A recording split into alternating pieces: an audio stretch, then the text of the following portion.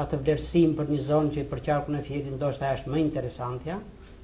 Më interesante për nga ana e peizazhit sepse kemi të bëjmë me një peizazh kodrinor, një peizazh kodrinor me burime natyrore e nëntoksore, sigurisht të jashtëzakonshme, të vlerësuara relativisht mirë.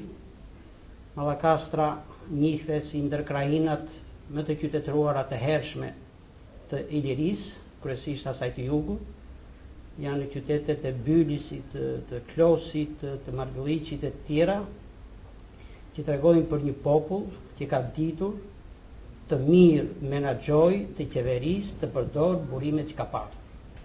Në monedhat e zbuluara në Bylis, në Nikaja ose në Klos, unë kam patur fatin të punoj disa muaj kur isha student, gjen gjithmonë simbolin e prodhimit të rushit, të verës, prodhimeve të bulmetit, ku Iliria e Jugut e sidomos pjesa e Mallakastrës ka qenë e njohur për tregtinë jashtë trojeve të lire.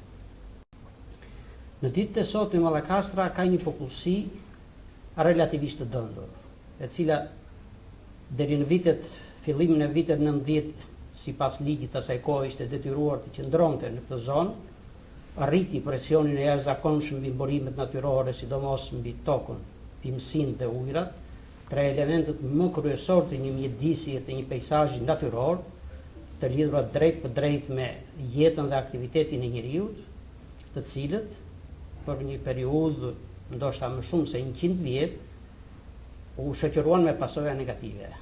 Toka u degradua, bimësia e dushjeve të pothuajse u zhduk në të gjithë Mallakastrën, ka ngelur sipërfaqe mjaft të kufizuara, edhe shkurret gjatë hapjes së tokave të reja u dëmtuan tej rënd, e përpasoj u dëmtua dhe fauna.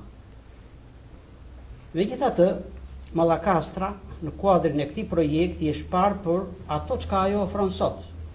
Nuk duhet ta bëjmë çështjen dramatike. Nuk do të themi se Mallakastra është keq përdorur burimet e saj dhe ka humbur gjithçka. Mallakastra unë them se njihet ende pak. Mallakastra ka shumë monumente natyre. Në listën aktuale ka shumë pak. Por